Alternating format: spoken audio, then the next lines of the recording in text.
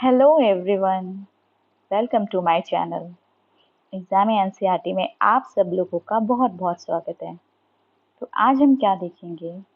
ये जो पर्सनालिटी हैं, आप सब इनको जानते हैं, हम सब इनको जानते हैं।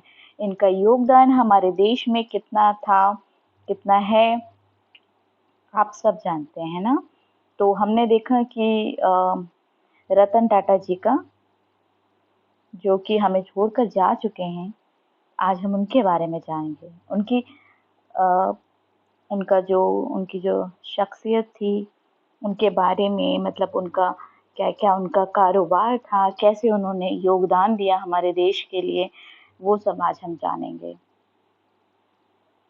इसी महान शख्सियत के बारे में हम आप लोगों के लिए बायोग्राफीज़ लाते रहेंगे, जिससे कि आप जान सकेंगे कि हमारे देश में लोगों ने, जो हमारे लेजेंड्स हैं, इन लोगों ने क्या-क्या योगदान दिया हमारे देश को आगे बढ़ाने के लिए, हमारे देश में नए-नए इनोवेशंस करने के लिए, है ना? ये जानना भी तो बहुत ज़रूरी है ना? पढ़ाई के साथ-साथ हमें ये सब जानना कितना इम्पोर्टेंट है, आप सब जानते हैं। हुँ? और ये सब हमारे करंट अफ़ेयर में भी आने वाला है। रतन टाटा जी का जन्म कब हुआ था, इनकी मृत्यु की डेट जो कि हमने 10 अक्टूबर 2024 हमें याद रखनी है, ठीक है? हमारे एग्ज़ाम्स में ये सब चीज़ें आने वाली हैं, ठीक है?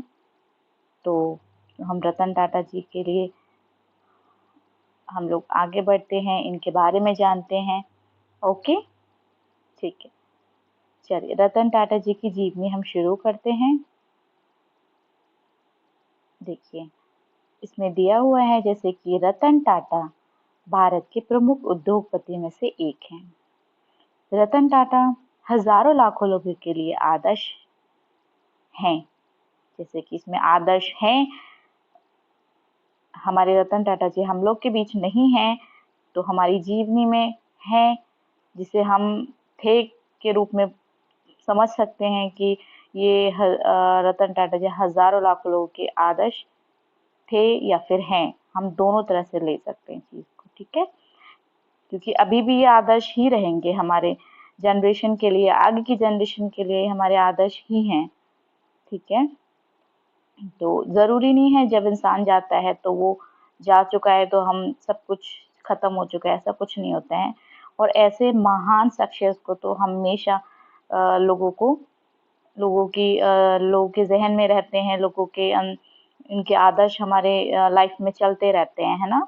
तो आगे देखते हैं हम इनके बारे में। इन्होंने अपने जीवन में कड़े संघर्ष, मेहनत की बदौलत यह मुकाम हासिल किया, है ना? जैसे कि हम लोग पढ़ते हैं, हम लोग के लिए जॉब की ज़रूरत होती है, नीट की ज़रूरत है, हर चीज़ की, तो हमें भी एक कड़ा संघर्ष करना होता है जिसके थ्रू हम लोग आगे बढ़ते हैं। तो इसी तरह से ये भी रतन टाटा जी भी हम लोगों की तरह एक आम इंसान थे। इन्होंने कड़ी मेहनत की, कड़ा संघर्ष किया, तो आज वो हम सब लोग के लिए एक बहुत ही बड़ी इंस्पिरेशन है ना? ठीक है, आगे देखते हैं हम। रतन टाटा ने 1991 में टाटा ग्रुप के अध्यक्ष बने थे। कब? 1991 में। और 28 दिसंबर 2012 में रतन टाटा ने टाटा ग्रुप की अध्यक्षता से इस्तीफा दे दिया। हालांकि रतन टाटा अभी भी टाटा ग्रुप के ट्रस्ट के अध्यक्ष बने हैं, ठीक है? ये हमारी जो जीवनी है ना, इसको हम देखते चल रहे हैं और हमें तो पता है ना कि हमारे रतन टाटा जी हमें छोड़कर जा चुके हैं, तो आप इसको उसके अकॉर्डिंग ही लीजिए, ठीक है? देखिए, रतन टाटा टाटा ग्रुप के Tata steel, Tata motors, Tata power, ये देखिए मैं आपको इनकी जो कंपनीज वगैरह है ना, इनको मैं आपको वो करती चलते, ये देखिए रतन टाटा जी ने टाटा ग्रुप के अलावा Tata steel, Tata motors, Tata power, Tata consultancy services और टाटा टी और Tata chemicals, Tata hotels, Tata tele services के अध्यक्ष भी रहे हैं, ठीक है? रतन टाटा ने अपनी अगुवाई में टाटा ग्रुप को नई बुलंदियों पर पहुंचाने का काम किया। तो उन्होंने क्या किया, आप हम सब चीज़ से सहमत हैं, हर चीज़ हम लोग जानते हैं। तो इन्होंने कैसे किया, टाटा ग्रुप को एक नई नई बुलंदियों पर पहुंचाया। रतन टाटा जी का शुरुआती जीवन। तो इनका शुरुआती जीवन में हम देखते हैं रतन टाटा का जन्म कब हुआ था, ठीक है, कहाँ पे हुआ था, किस जगह हुआ था, ये सब देखते चलते हैं हम। देखिए रतन टाटा जी का जन्म 28 दिसंबर 1935 में सूरत शहर में हुआ था। 1940 के दशक में जब रतन टाटा के माता-पिता, इनके माता-पिता का नाम ब्रैकेट में दिया हुआ है, सोनू और नवल एक दूसरे से अलग हुए। उस समय क्या था, रतन टाटा 10 साल के थे और उनका छोटा भाई जिमी सिर्फ 7 साल का था।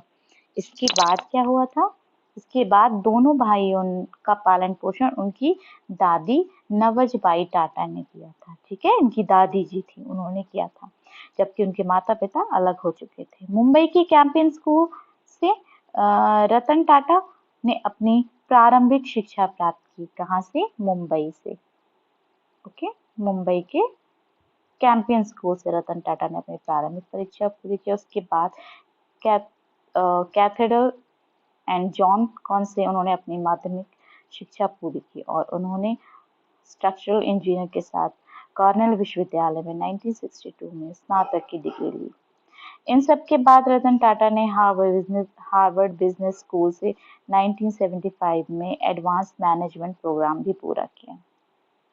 ओके, तो हम रतन टाटा जी की जो जीवनी है अपनी पार्ट वाइज अपनी कंप्लीट करेंगे, इनकी जीवनी को, इनको जानेंगे, ठीक है। तो अभी हमने क्या देखा था, इनके बारे में देखा था, इनका शुरुआती जीवन देखा था। अब हम रतन टाटा जी का करियर देखेंगे, उन्होंने कैसे कैसे इन्होंने परेशानियां उठाकर कैसे अपने करियर को ऊपर उठाया, कैसे अपने देश के लिए उन्होंने क्या क्या कितना संघर्ष किया। तो आज उनका नाम हम सब लोगों के लिए कितना सम्मानीय है, कितना, है ना।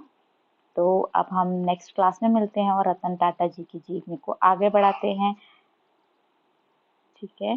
तो अब आप लोग अपना ध्यान रखिए और रतन टाटा जी को हम सब मिलकर श्रद्धांजलि देते हैं, ताकि उनके जैसे भी और लेजेंड्स हमारे देश को आगे बढ़ाते चले। हम सब भी तो उनकी हम सब तो एक जनरेशन है ना अपने भारत की, तो हमें भी लेकर आगे बढ़ना चाहिए, ठीक है। तो अब हम लोग आगे बढ़ते हैं अपनी बायोग्राफी को नेक्स्ट कल देखते हैं, ठीक है। तब तक आप लोग अपना ध्यान रखिए, पढ़ते रहिए और रिवीजन करते रहिए और आगे बढ़ते रहिए। So thank you.